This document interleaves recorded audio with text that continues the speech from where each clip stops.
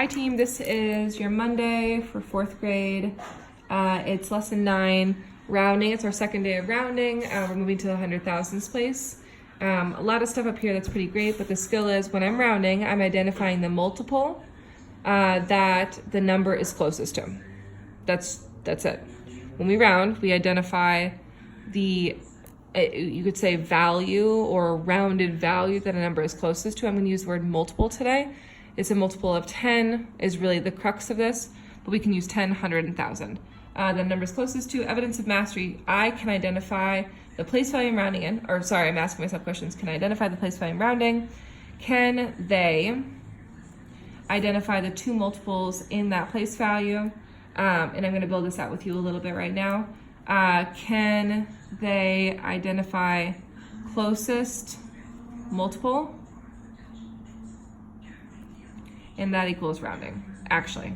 So we're gonna pressure test this on the next page. Let's first check their visual anchor, see if it's good or not.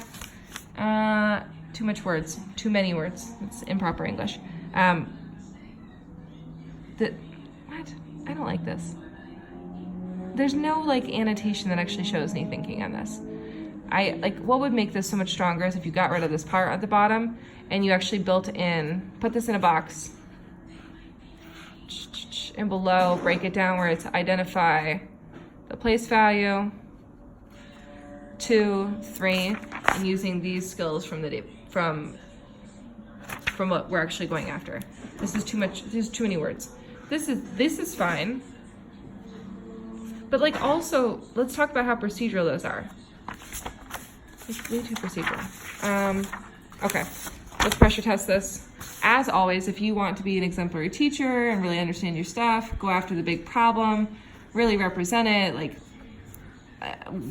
whatever. Solve.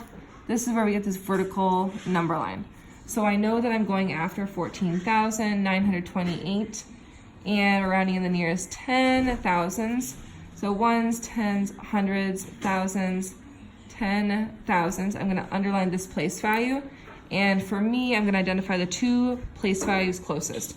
This is going to potentially be the biggest gap period. Your misconceptions are going to come from this. Kids have weaker number sense than we want. So we're going to skip count by some 10,000s, starting at 0, 0, 10,000, 20,000, 30,000. And each time I'm asking, does it fall between the two? It falls between 10,000 and 20,000.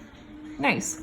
Now I know the two values, 10,000 at the bottom, 20,000 at the top, and I'm asking myself which one is it closest to. Realistically, I'm also asking what's the midpoint, but this can frequently be the most challenging thing for kids as well. What's in between 10,000 and 20,000?